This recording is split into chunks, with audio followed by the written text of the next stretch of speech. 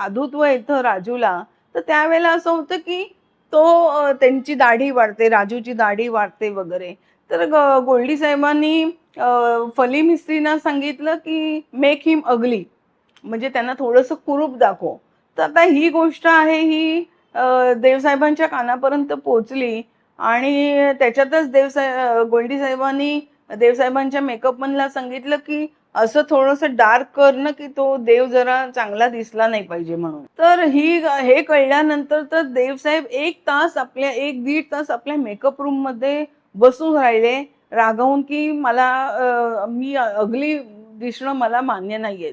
ते गोल्डी साहेबांना म्हणाले, की "मी स्टार आहे आणि स्टारचं जे स्टारडम आहे, तू त्याला अगली दाखवलंस, कुरूप दाखवलंस, तर त्याचं स्टारडम जाईल. मी हिरो म्हणून आणि बरं त्यांची चॉकलेट हिरो म्हणून इमेज होती. तर देवसाहेबांना लोकांना पण कुरूप बघणं प्रेक्षकांना आवडलं नसतं आणि देवसाहेब आपल्या लूकबद्दल आणि भयंकर कॉन्शियस होते. तर मला अगली दिसायचं नाहीये."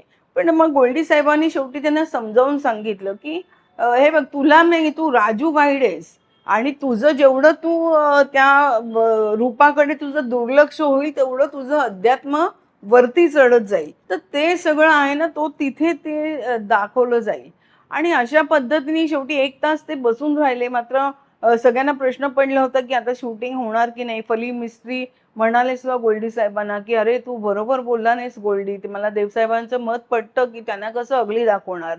तर ते मला नाही वाटत हे शूटिंग करतील हा सीन म्हणून." तर गोल्डी साहेब म्हणाले, "नाही, नाही, मला माहिती आहे पापाचा स्वभाव.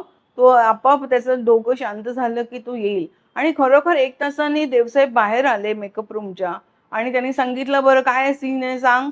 आणि जो जसा गोल्डी साहेबांना सीन हवा होता, तसा तो सीन केला.